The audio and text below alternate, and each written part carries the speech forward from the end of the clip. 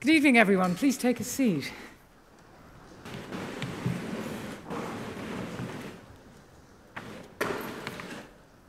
Ladies and gentlemen, it gives me the greatest pleasure to introduce this year's Romanas Lecturer. This lecture is the annual public lecture of the university and has been given almost every year since 1892. It was briefly suspended during the First World War. The first lecture was given by William Gladstone, and since then, major figures from Winston Churchill to Theodore Roosevelt to Karl Popper, Isaiah Berlin, and Raymond Aron have delivered the lecture.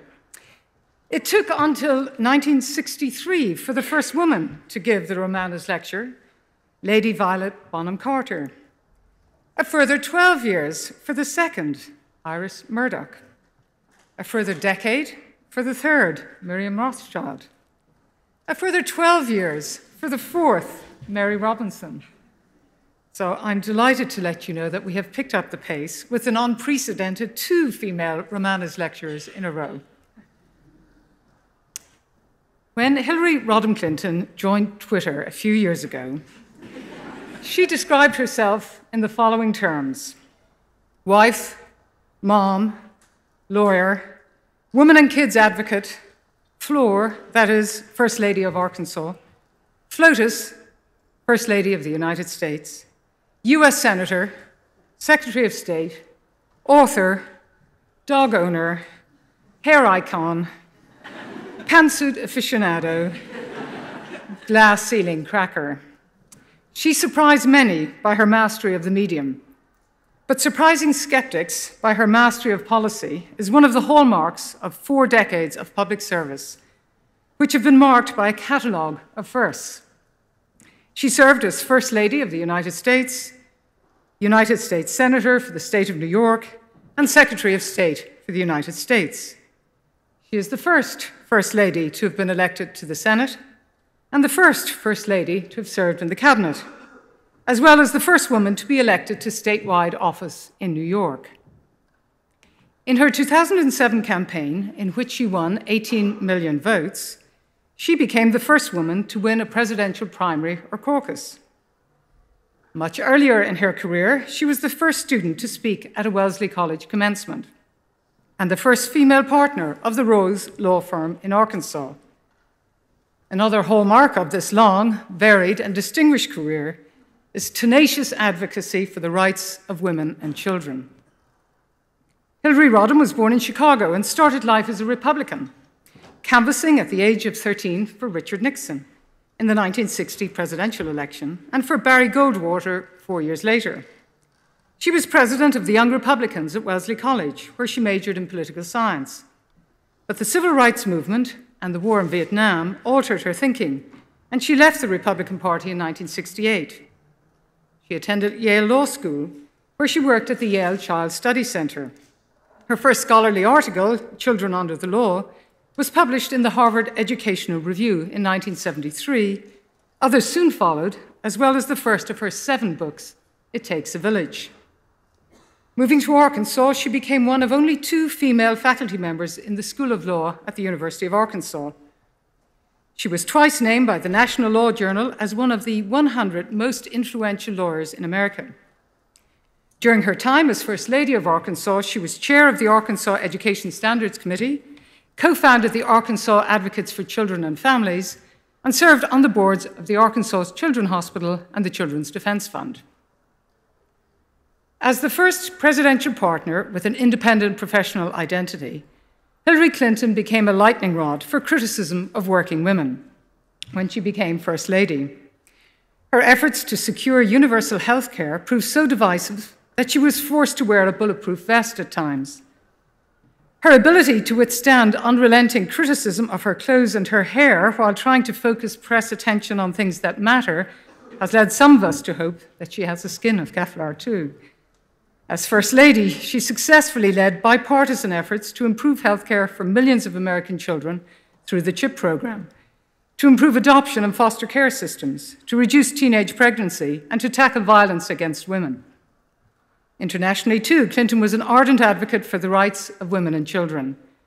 She famously declared in the Fourth World Conference on Women in Beijing in 1966, "Human rights are women's rights, and women's rights are human rights."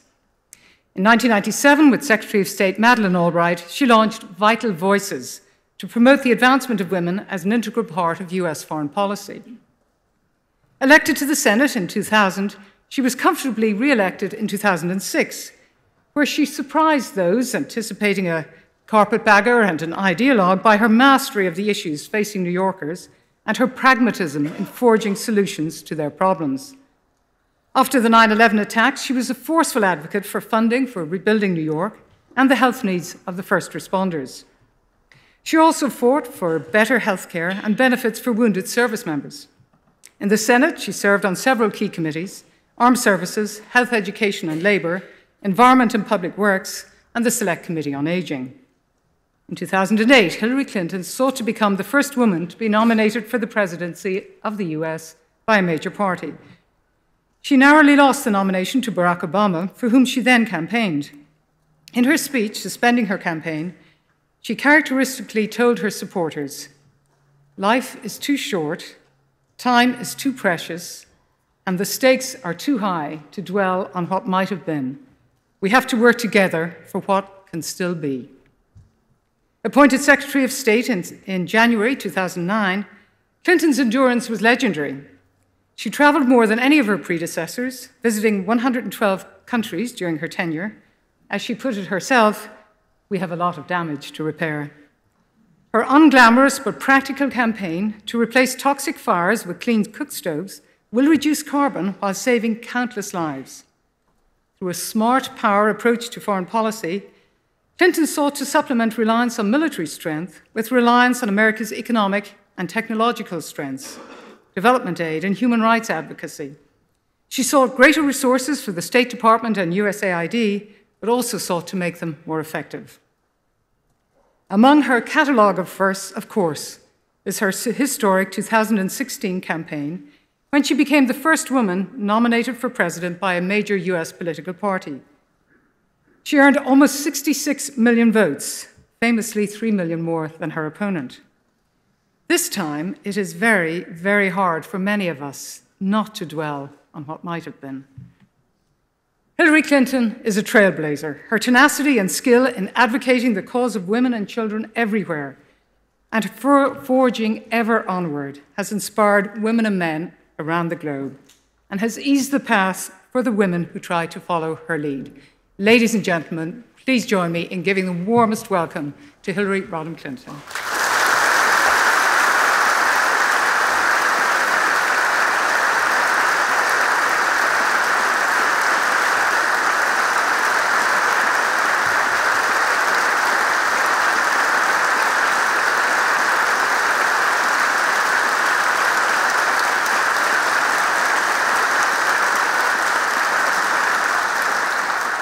Thank you very much, and thank you to the Vice-Chancellor, Professor Richardson, a scholar, a leader, and a friend whom I greatly admire.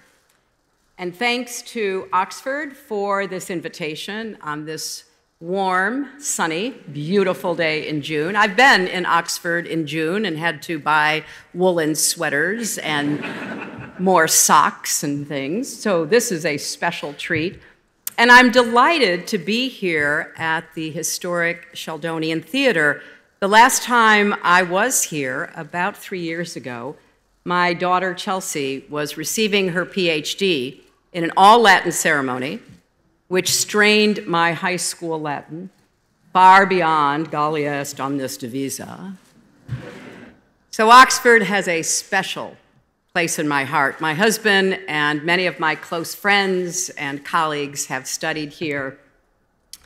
In fact, I remember my very first trip as a law student when Bill took me to revisit old haunts he had loved as a Rhodes Scholar. Then we came back after we had married, and he had been elected governor of Arkansas. And he was greeted by the porter at University College with, "Oh, Clinton, I hear you've been elected king of a place with 3 men and a dog." And the most remarkable aspect to that quip is how quickly the porter recognized him again. So it is wonderful to be here. I was thinking, with all that's going on between our countries, between our countries and Europe and the rest of the world, that there was this old song I learned in Girl Scouts called Girl Guides here that kind of sums it up: make new friends but keep the old. One is silver and the other gold. Well, America's alliances with Europe and our special relationship with Britain are worth far more than gold. During my time as Secretary of State, both of our countries strengthened our partnership to uphold the liberal order that has kept us safe and strong for decades while working for a more peaceful and prosperous world. Well, much has changed since then. But let me be clear, I still believe in the centrality of the transatlantic alliance, the value of the European Union, uniting a Europe that is free, whole, and at peace. So the values that unite us, that we share on both sides of the Atlantic, are essential, and I believe, I'm optimistic, that they will guide us through the challenges ahead, just as they have for generations. Now, a lot has happened since my time as Secretary of State. There was that whole Brexit thing. And I also became a grandmother twice over, which is just about the greatest thing in the world. And you may have heard I ran for president, which didn't exactly work out how I had hoped. And I wrote a book about it called What Happened. But it's as much about the future as the past, about what we have learned and what I believe we must do together to stand up for facts and rational debate, to protect democracy, to forge a path forward in a world that sometimes feels like it's been turned upside down. That seems particularly relevant, once again today, in the shadow of President Erdogan claiming a new mandate for strongman rule in Turkey, and with continued democratic backsliding everywhere one looks. Yes, I believe we are at a global tipping point, a moment that will determine whether we hold to the principles of free people, human rights, and democracy, or retreat into closed societies, oppression, and authoritarianism. And no group in the world will be more influential in setting our ultimate course than young people. No demographic is better positioned to be a force on the side of open societies, progress, and equality. But the outcome is far from inevitable.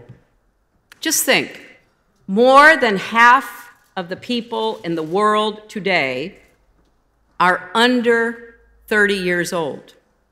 That is the largest youth population in human history. You, are coming of age in an era defined by humanitarian crises, global terrorism, natural disasters, resurgent nationalism, and artificial intelligence. There are more refugees and displaced people in the world now than ever before, beating the huge numbers after the 2 world wars of the 20th century.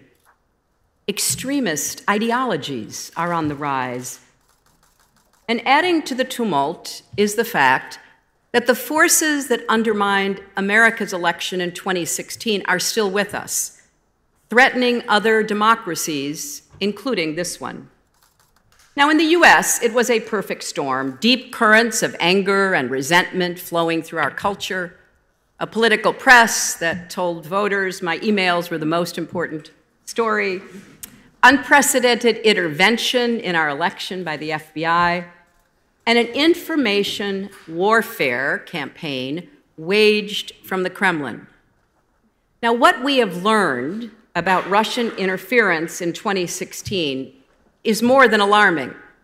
It's a clear and present danger to Western democracy. In the US, we know that Russian agents used Facebook, Twitter, Google, YouTube, and other online platforms to place targeted ads, to run phony news stories, negative stories, intended not only to hurt me, but to fan the flames of division within our society. So Russians posed as Americans, pretending to be environmental advocates or racial justice activists. They even held phony demonstrations, often with a woman dressed in a prison garb in a cage where everyone was yelling, "Lock her up." But this isn't just about what happened. It's about what's happening right now. The Russians are still trying to turn Americans against each other on social and traditional media, using hot-button issues of gun violence, immigration, and civil rights. But it's not just happening in the United States. In Germany, members of parliament have been hacked by Russians. In France, President Macron's campaign was hit by a massive cyber attack just before the presidential elections, but thankfully, my loss put them on alert, and they were able to handle that. Russian trolls pushed incendiary social media posts during last year's Catalonian independence referendum. In Italy, Russia's state-controlled news agency was found to be the most influential foreign media organization, propping up right-wing anti-immigration candidates. And in light of new evidence, lawmakers in the UK are now investigating whether Russia influenced public opinion before the EU referendum. The broader story here is that we are in the midst of a global struggle between liberal democracy and a rising tide of illiberalism. Vladimir Putin has positioned himself as the leader of an authoritarian, white supremacist, and xenophobic movement that wants to break up the EU and NATO, weaken America's and the Atlantic alliances that traditionally have served us well, and undermine democracy anywhere and everywhere they can. We can see this authoritarian movement rippling out from the Kremlin, reaching across Europe and beyond, emboldening right-wing nationalists, separatists, racists, and even neo-Nazis. Fundamental rights, civic virtue, even facts and reason are under assault. And as we have been painfully reminded in my own country, the consequences are severe. Over the past few weeks, Americans from every political background, ideology, religion, and walk of life have watched heartbroken and outraged as immigrant families are ripped apart. And children as young as infants, 3 months, 8 months, babies 1 and 2 years, toddlers, are treated cruelly as political pawns. Yet even in this dark hour in America, we are witnessing an outpouring of moral conviction, civic engagement, commitment to standing up for the most vulnerable among us. In response to this onslaught of attacks on our values and marginalized, vulnerable people, Millions of Americans have become unlikely activists, calling elected representatives, flooding social media, organizing rallies, protests, and marches, contributing to frontline groups. In fact, it was because of the outcry and exposure of what was going on that the Trump administration finally was forced to take a step to end family separation. But the fight is far from over. Not until all children are reunited with their families can we rest. This duality is the nature of our times. I recently went back and looked up those famous lines from Charles Dickens in A Tale of Two Cities. You remember the first two. They're quoted all the time. It was the best of times. It was the worst of times. But then it goes on. It was the age of wisdom. It was the age of foolishness. It was the epoch of belief. It was the epoch of incredulity. It was a season of light. It was a season of darkness. It was the spring of hope. It was the winter of despair. Now, Dickens was writing about the years leading up to the French Revolution, but he could well have been describing the highs and lows of this moment. The students here and young people across what we used to call the free world are at the center of this upheaval.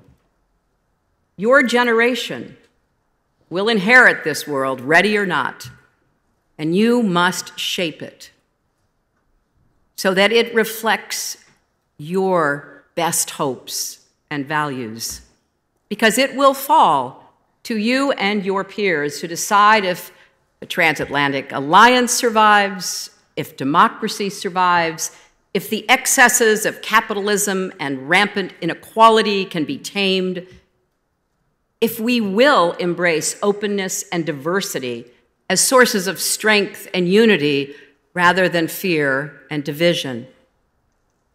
Now, when I look out at the remarkable talent and tolerance of your generation, I'm confident that you will be able to answer these questions and that you will do so in the best traditions of this great university.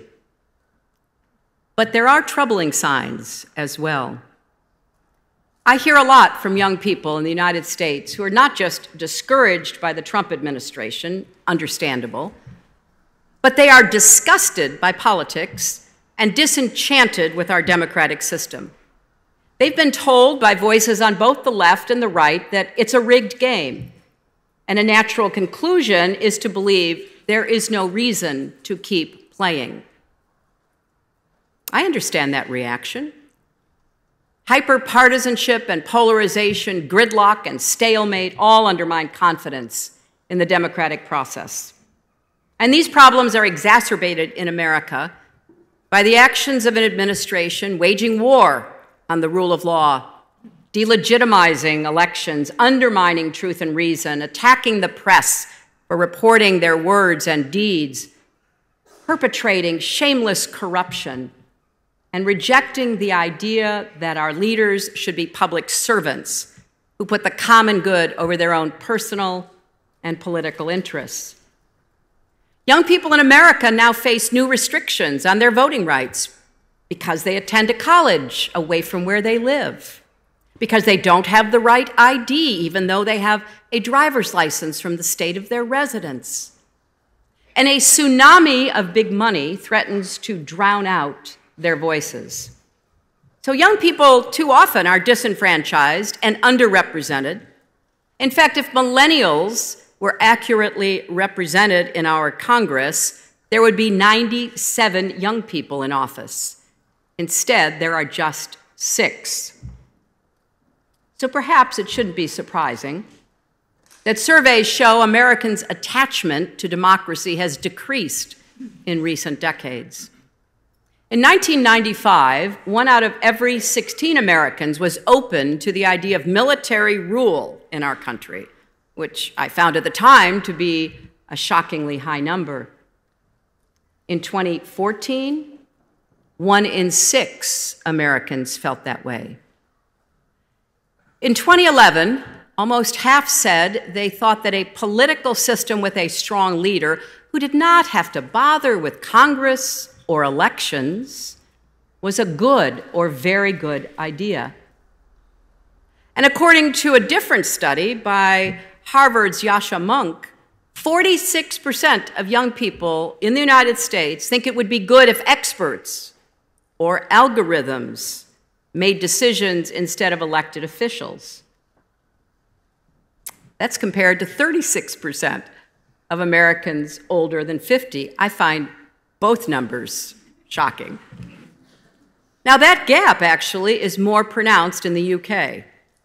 And although I'm a big believer in expertise and evidence-based policy making, which has been in short supply recently, this should be alarming. Now, all of this may have something to do with the fact that many young people today haven't had the experience of growing up with the threat of totalitarianism or even studying it in school. Memories of World War II and the Cold War have receded, and so defending democracy hasn't felt like an urgent priority, although I think it absolutely is. But that's not the whole of the story. While young people today may be less likely to have lived through the horrors of fascism or communism, many feel they haven't experienced the benefits of democracy either. We know that youth unemployment, which is still high in many parts of the world, including parts of Europe, is a good predictor of social unrest and anti-immigrant sentiment. In the United States, where the official unemployment rate is now low, many young people are nonetheless underemployed, struggling under crushing student debt, stuck in dead-end jobs that don't pay well or offer the promise of advancement. At almost every level, the progress we've made has not been evenly and broadly shared. According to Oxfam, the richest 1% of the population now has as much wealth as the rest of the world combined. So when you're more educated than previous generations, but have a lower standard of living and a harder time finding work that pays a living wage, that leads to understandable frustration, maybe even a willingness to try a new approach, which is why millions of young people reportedly feel that democracy isn't working for them. And yet, despite these headwinds, young people are proving to be the most effective activists, change makers, and problem solvers anywhere in the world. Your generation is full of advocates for pluralism and an interconnected world, open, diverse, free societies. Today, in the UK, where nearly 3/4 of 18 to 24-year-olds voted to remain in the European Union, one has to ask, could more have done the same? Enough to turn the tide. Because after the vote, young people spoke out, expressing fear, disgust, and a feeling of being let down by the older generations. In the United States, young people leapt into action after the 2016 election, helping to organize the Women's March, launching new groups committed to standing up for progressive values and candidates, a group formed by one of my campaign team called Run for Something, is recruiting and training young people, giving them the tools they need to run for office. And they're really succeeding. Ordinarily, 10% of first-time candidates win their elections, but with Run for Something candidates, that number is closer to 50%. And that's why young people from Brazil, England, Hungary, and Australia have contacted them looking to start similar efforts. And when it comes to the shame of gun violence, a deadly epidemic that has ravaged America for years, it is young people who have emerged as the extraordinary activists and leaders. Teenagers who survived shootings from Parkland, Florida to Chicago, Illinois, have banded together and taken on the powerful gun lobby, something few politicians have had the courage to do. I understand that. I took them on. They spent at least $30 million to defeat me. you know you're taking on an incredibly ruthless force when you try to change our gun laws. But these young people have not given in or given up. They know more now about gun laws and reforms than most senators. So can we reconcile these two different, seemingly conflicting attitudes among young people? One thing is certain, we cannot simply continue on our current path and assume things will work out. We can't take for granted young people's commitment to democracy, or anyone else's for that matter. So in order to ensure a democratic future, we have to do more. First, we need to make government work really for everybody. And that starts with ambitious, immediate solutions to the problems we face, getting back to solutions-oriented politics and government, and hold elected officials accountable for ignoring or dismissing those concerns. We need policies that will actually make a difference in people's lives, promoting broad-based economic growth, justice, and opportunity. And we need reforms in government that would make our democratic systems more ethical, transparent, and responsive. In the US in particular, we need to get secret money out of politics and get the voices of marginalized groups into it. Break the stranglehold on economic and political power held by a strong group of powerful interests and billionaire families like the Kochs, Mercers, and Murdochs. In Europe, you face some similar challenges. On both sides of the Atlantic, we need to use the ballot box to reject the authoritarians and racists who threaten our unity and our future. And our democratic systems must become more agile, enough to keep pace, whether we're trying to adapt to the rising tide of automation and new technologies, or strengthening our defenses against propaganda and foreign influence. And yes, we need to make space for more young people as activists, constituents, and elected officials in the room where it happens, as the musical Hamilton puts it, and empower you to be part of those solutions. Second, we have to do a better job of making the case for democracy. This university, like so many others in the West, must remain committed to promoting graduates who will defend the freedoms and opportunities past generations fought long and hard for. That mission has never been more important. It means we need to do much more than we are right now to teach young people, starting with very young people, about what democracy really means. We need to spend more time, not less, teaching civics and social studies in grade schools and high schools. We can be clear-eyed about the fact that even among the world's most prestigious universities, we are falling short when it comes to producing citizens who feel invested in democracy. We need to educate students to dissent based on facts and evidence, but also to defend and participate in our system. As essential as it is, such a critique cannot be the sole focus of higher education. Sometimes in the lessons we teach in our schools, we gloss over the history of progress, but students need to be equipped and able to argue about their history. They need to understand the virtues and the shortcomings of democratic institutions. They need to understand why it affects them if people's human rights are dismissed, undermined, or denied. You know, when I gave that speech in 1995 about human rights being women's rights, it seemed revolutionary, although honestly, it was very straightforward. But the loudspeaker system in the hall in Beijing was cut off when I was talking. And when we then later went to the gathering of women activists from around the world who had been pushed out of Beijing 45 minutes to a place called Huairei, there was so much tension because we were asserting women's rights to education, to health care, to jobs, to full participation. And there were all kinds of opposition. When I went to Geneva as Secretary of State and gave a similar speech about gay rights being human rights, representatives of nations got up and left the hall.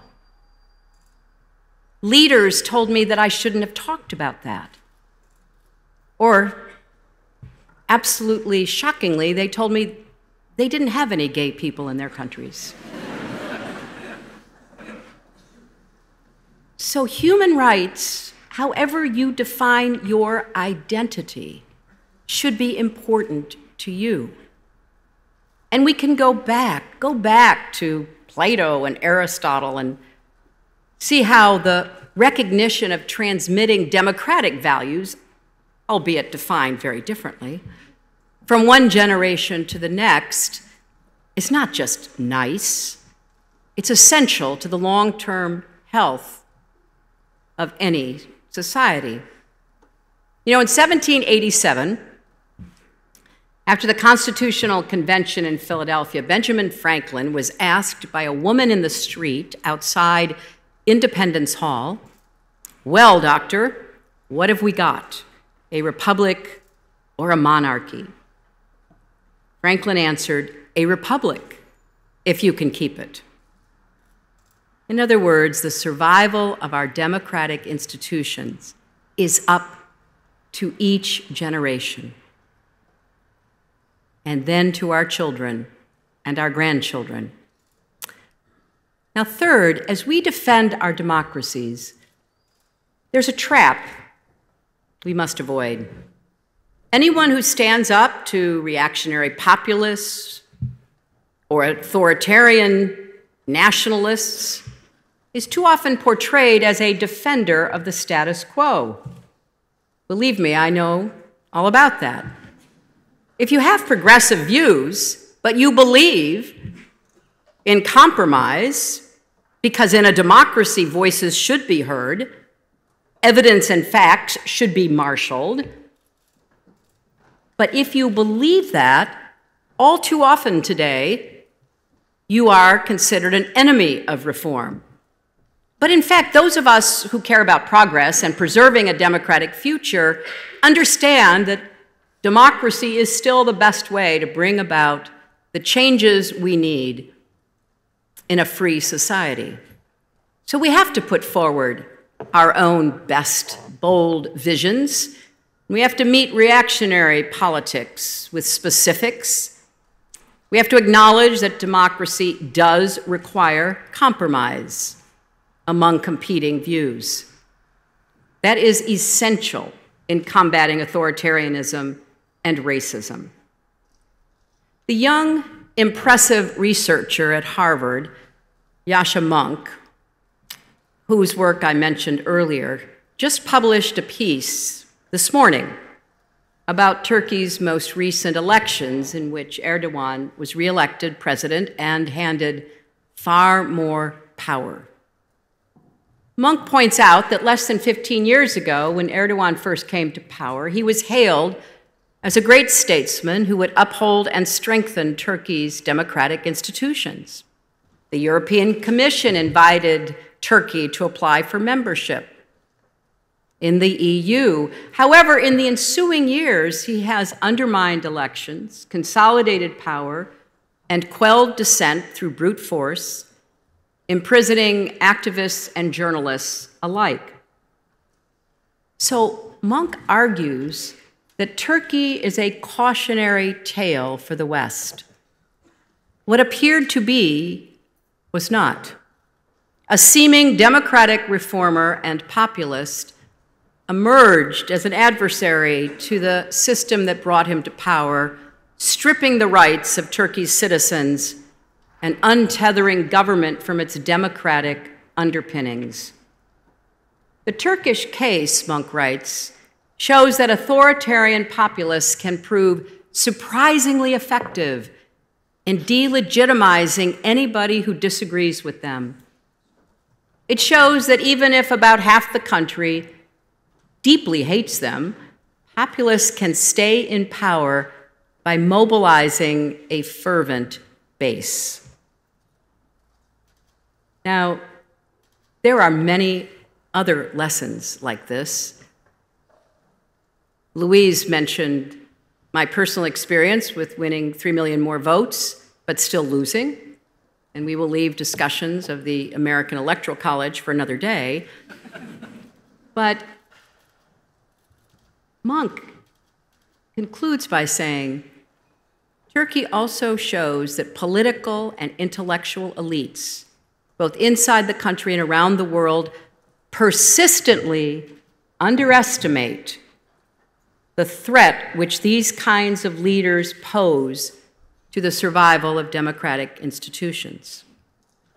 Today, the American president tweeted that there should be no judicial process, there should be no due process for anyone who crosses the border.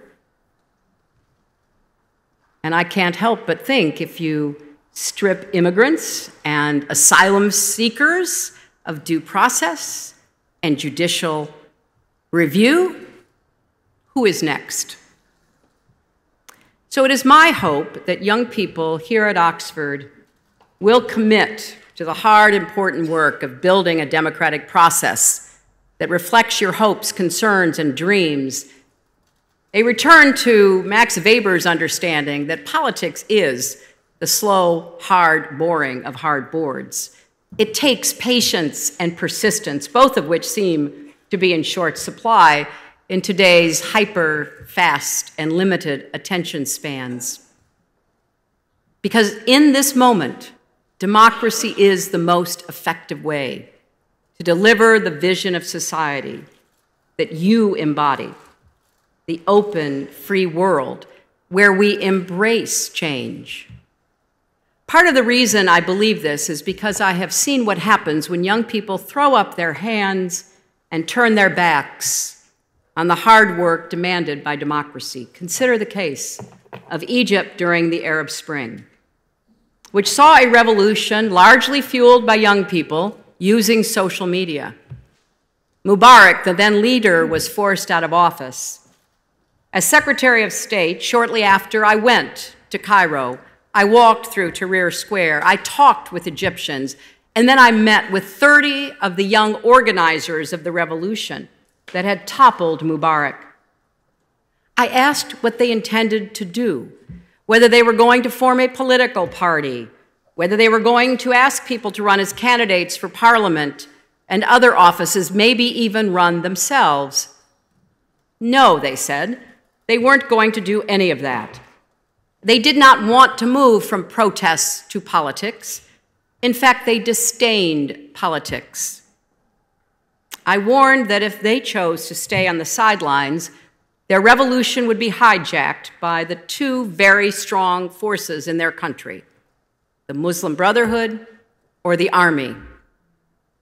Unfortunately, I was not convincing enough. I couldn't persuade them that it was essential to channel all that passion into concrete political action. And in the end, the Muslim Brotherhood won, only to be replaced by the army. Change for change's sake is not going to make the kind of long-term differences we need unless we are prepared and organized enough to follow up, to institutionalize the progress we seek. Because I've also seen what happens when young people do just that. The Irish abortion referendum was an inspiring sight. People flew home from all over the world. The airports were mini rallies with cheering and colorful banners greeting travelers as they arrived from Japan, Australia, and of course, America. And on the day of the vote, one of the strictest prohibition laws in the world was overturned, with nearly 87% of 18 to 25-year-olds voting yes. What an example of grassroots activism fueled by young people. So I am fundamentally optimistic. These are trying times, and there are many fights still ahead. And it will take work to keep up the pressure, not to close our eyes nor numb our hearts or throw up our hands and say, someone else take over from here. Because our future depends on every citizen believing in the power of their actions, even when that power is invisible, even when their efforts feel like uphill battles. And yes, of voting in every election, even when you don't think it will make a difference or your side loses. It is a matter of infinite faith. So we need to redouble our efforts. We need to look for the ways we individually and together can make a difference. We need to celebrate heroes, encourage children, find ways to disagree respectfully whenever we can. And yes, we need to be ready to lose some fights, because we will, but then we need to try again, and fail better, in the words of Samuel Beckett. What matters right now more than anything is that we not be discouraged and demoralized in the face of what we see happening, that we keep going, because I am convinced that we will then have many good days ahead, and we can go back perhaps not to caring so much about politics. There will be days when honorable people from all walks of life raise their hands to take the oath, then get to work. It's mayors, senators, governors, presidents, members of parliament, prime ministers. There will be days when legislation is passed that will help families, open more opportunities to young people, right wrongs, and save lives. There will be days when diplomatic breakthroughs are achieved and the world is made safer, when laws are honored and wrongdoers are held to account, when unjust barriers are broken down and history is made. All of that starts here, now, in places like Oxford. So let's get to work. Thank you all very much.